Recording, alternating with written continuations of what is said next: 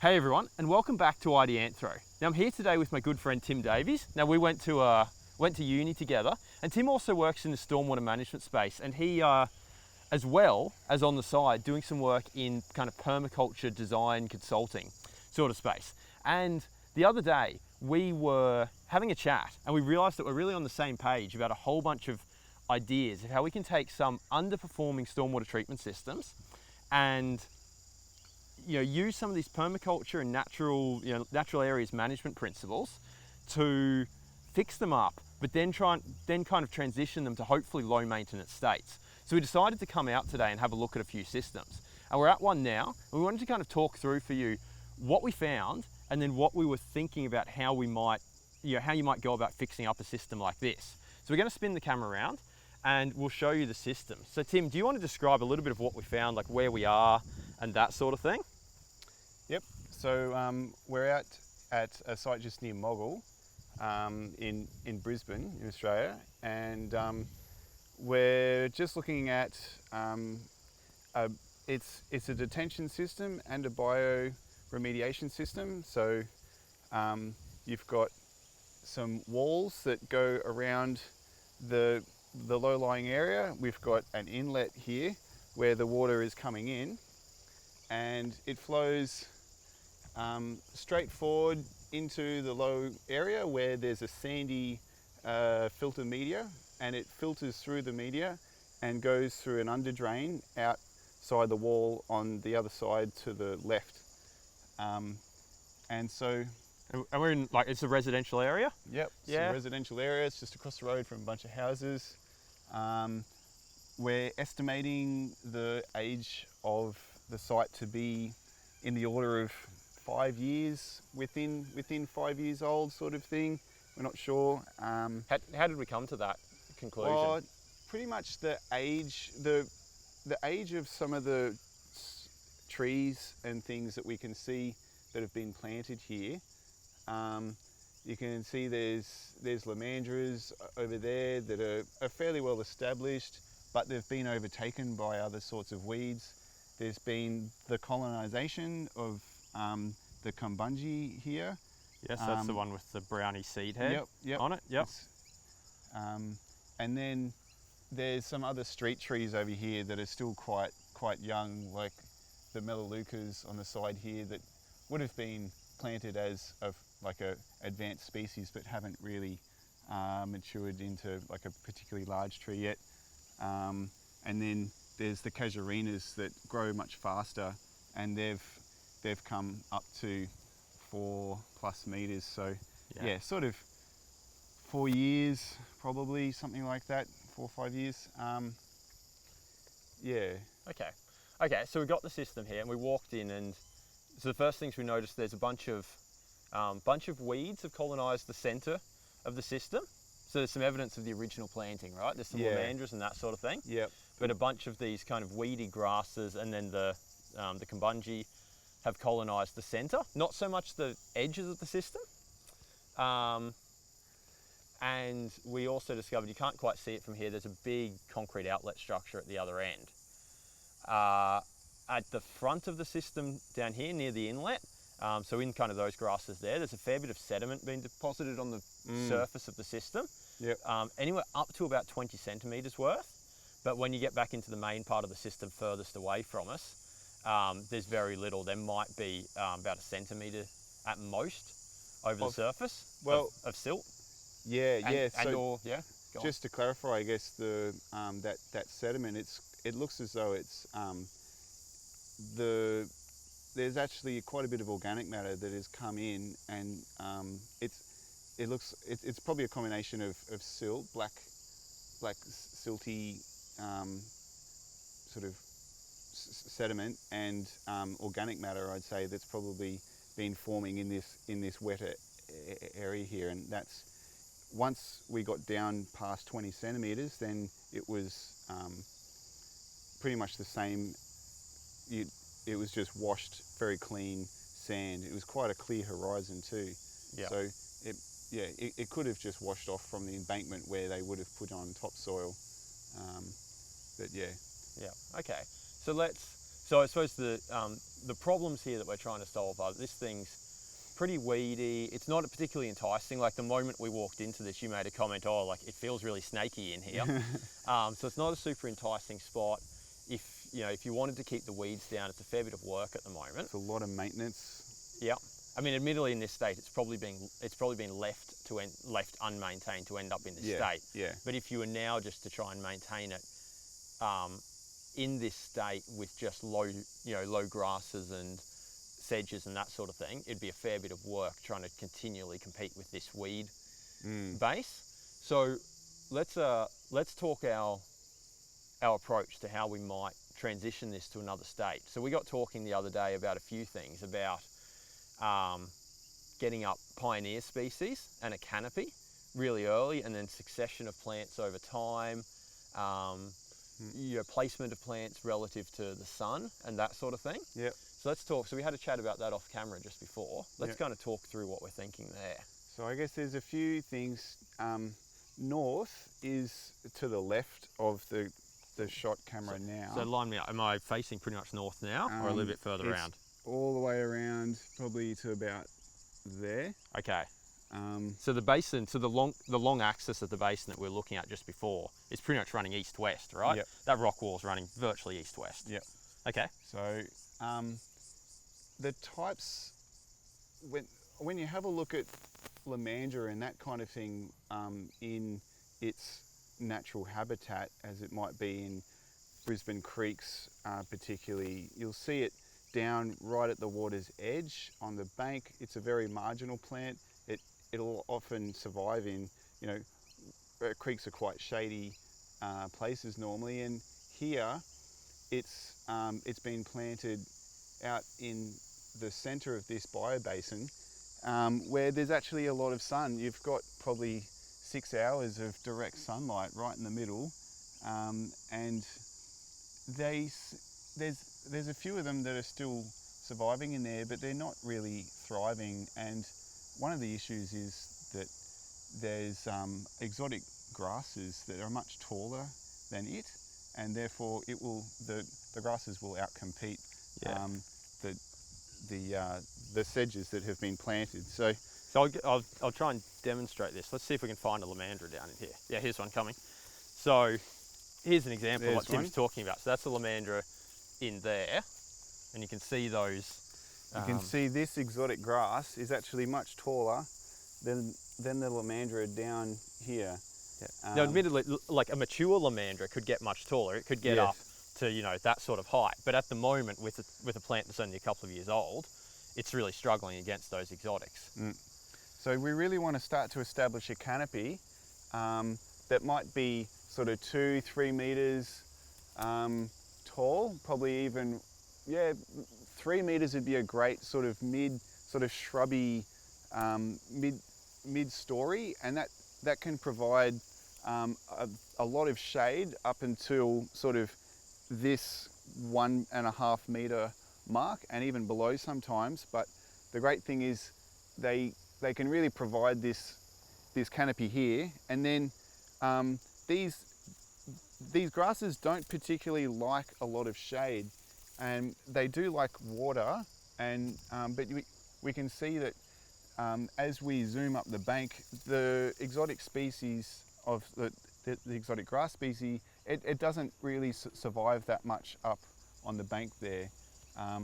There may have been some weed maintenance that have been occurring on the bank, but you can see there's just straight ahead, it's the same grass, but it's really quite unhappy, and it's much drier to the touch.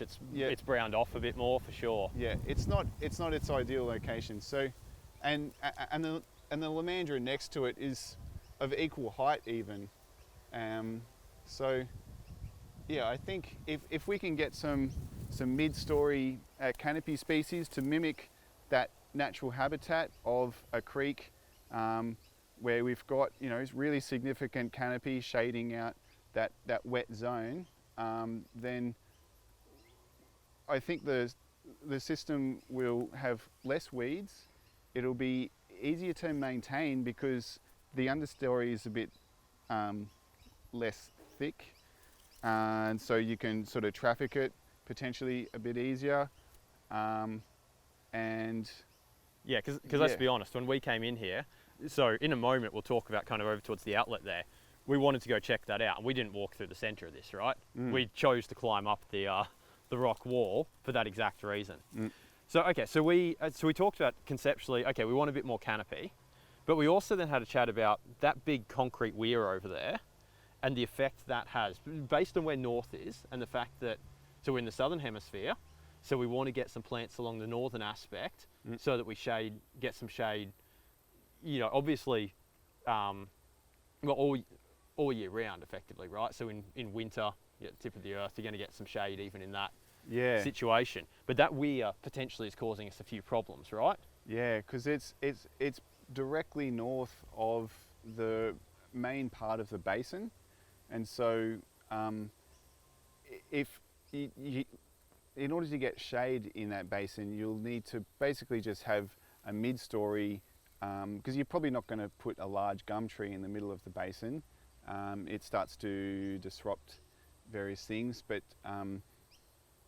yeah, you want some really significant shade in the basin. You're probably going to have to go for some mid-story there, and you can plant some large trees with a dense canopy on the bank there, just to the northwest, and that will stop a lot of that hot afternoon sun drying things out. Because in sort of October, November in Brisbane, it is often in the middle of a fairly dry time, and it starts to get quite hot, and because it's such a sandy media without much organic matter, it'll dry out fairly quickly, and species that were planted here for its wet-loving nature, they get stressed, and exotic species will come in and colonise those sort of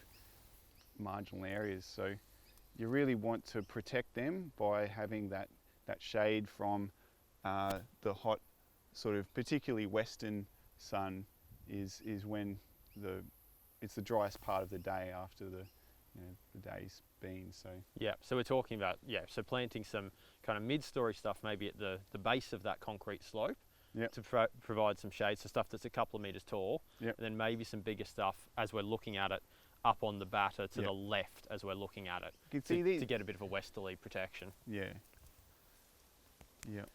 So you can see that there are a series of gum trees planted along just behind these casuarinas, and they might well grow up to provide some really excellent shade in the longer term. But it might take 10 years or more, 10, 15 years for them to be able to get up to a point where only really during winter will it shade these areas. So that's where we really want to get some mid-story canopy actually in the biobasin to provide that direct shade during the summer months, because in summer the sun is it's directly overhead. It runs very close to being straight up, and so even a gum tree that's sort of 15 metres away, it struggles to shade these the areas directly over the top of the biobasin. So we've talked about plant location, both a bit of stuff to protect from the northerly aspect, but some stuff right in the centre for protection kind of during summer. What about types of plants? We were talking a little bit about using pioneer species to get up a canopy quickly, and then some other stuff to come through more slowly in a succession sort of planting. And then we were also talking about plant sizes, but let's go kind of plant types first. So plant types, so there's the longer term species such as the gum trees. They take a fair bit of time. There's a pioneer species is a species that, like the name suggests, it'll sort of colonise an area quite early. They step in when there's a disturbance in the landscape, and so they're used quite often in revegetation for that purpose, because they're quite hardy, they'll grow very quickly, but their lives are fairly short. And so things like acacias, they'll grow quite quickly, and but the tree themselves, they'll probably only last 10 years, 10, maybe a little years. more, but yeah. Yeah, 10, 15 years, and then they start to sort of, their limbs will fall off and they'll fall over, but they're quite prolific in their breeding. So yeah, their seed will be on the ground, and they'll start to sort of colonize and things. So to get this area changing, to get a quick impact, you can plant some pioneer species in amongst longer term species, so you have a succession plan.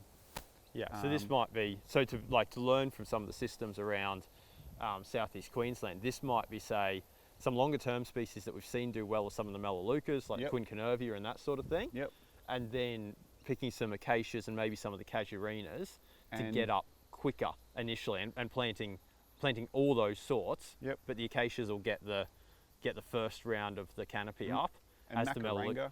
Macaranga, yep. Yeah, it's a really great one. It's nice, sort of big, broad leaves that are very shady. Yep. The casuarinas, although they're reportedly a bit allelopathic, so their leaf litter is slightly toxic to plants, and so they're effective sort of weed suppression, just by the nature of their needles. Yeah, and that's them right in front of us here with what appears like a pine needle, though of course it's not a pine, so to speak. Yeah. And you can see it dropping this kind of dense mat on the ground around this lamandra, for sure. Yeah. Okay, so we've got a bit of an idea that we're going to, with placement and types of species. Then we've got the issue of, well, how do we actually do, like, what size of plants, how do we actually do the works? Like, do we clear the basin completely and then come in and replant completely, or do we try and minimize our upfront costs and simply get the trees in there and try and get them up? We had, I suppose, a couple of different approaches that we could take there. Yeah, so I guess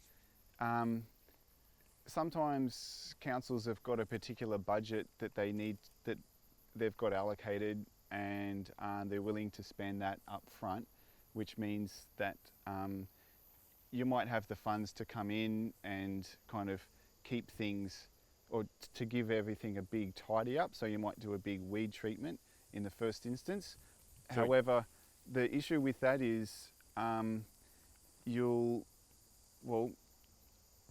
when you go to plant something such as a tube stock, and particularly if you don't have a ongoing maintenance regime,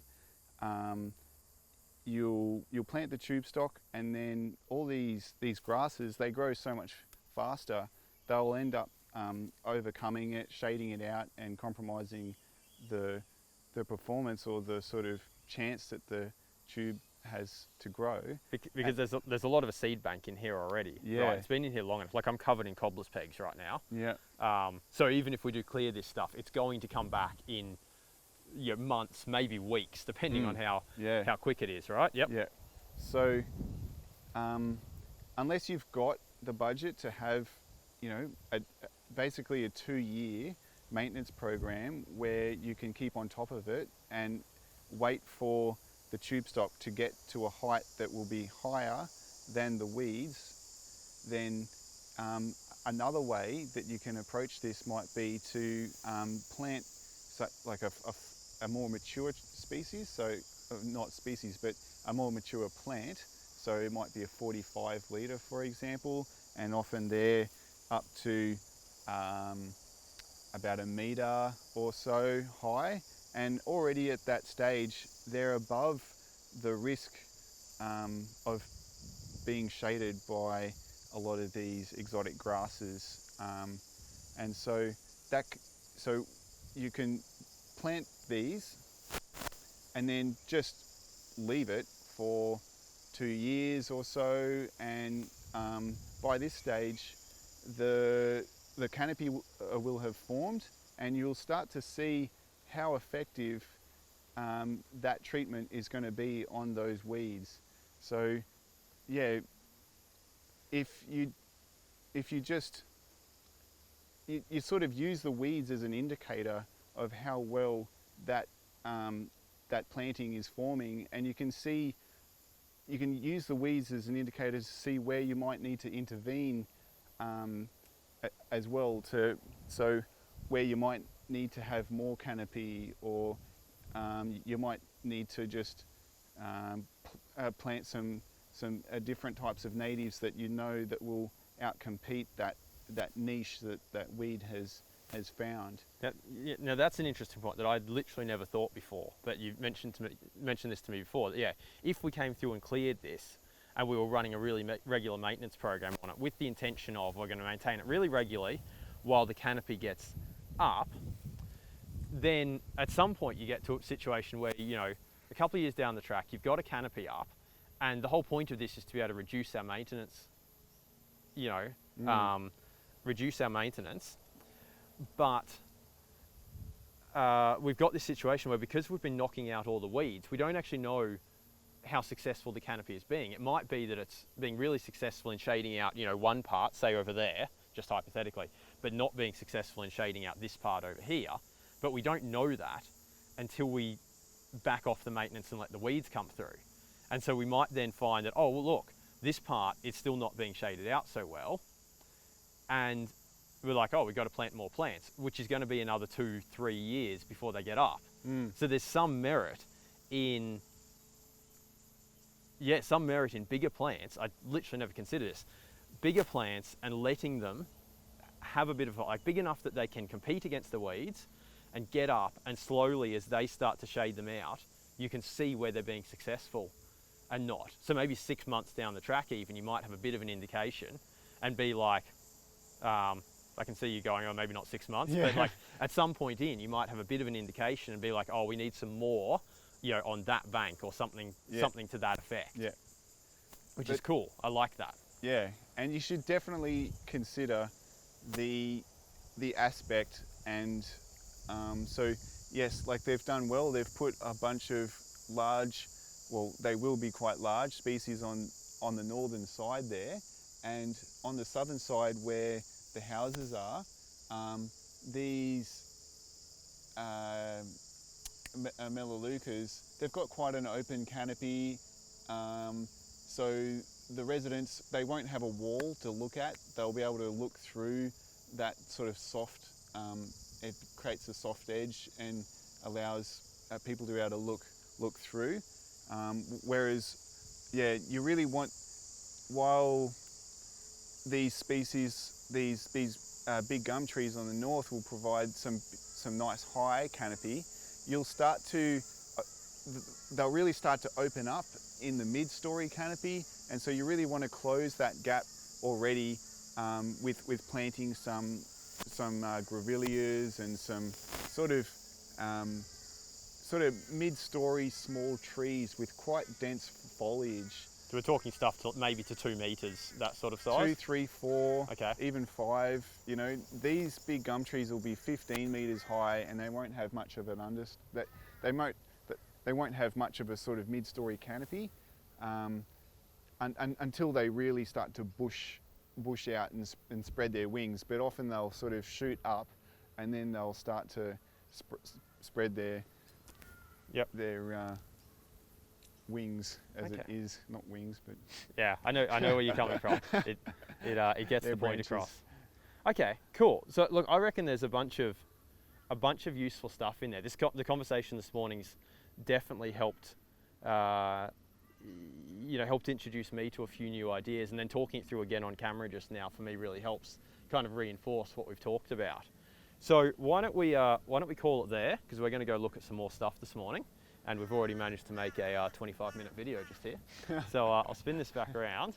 So look, thanks for tuning in, but more importantly, thanks for Tim for sharing some knowledge about this sort of stuff with us. If you want to find out more about what it is that we do here at Ideanthro, you can find us on the web at ideanthro.com. You can find us on Facebook at facebook.com/Ideanthro. and we post all these videos to YouTube. And of course, if there's something that you want to know about, some questions, if you want to comment, if you want to add to this discussion, right, because this is an ongoing discussion, if you want to add to it, send us an email. You can find the contact details on the website and that sort of thing. Cool, thanks for tuning in, and we'll see you soon. Bye.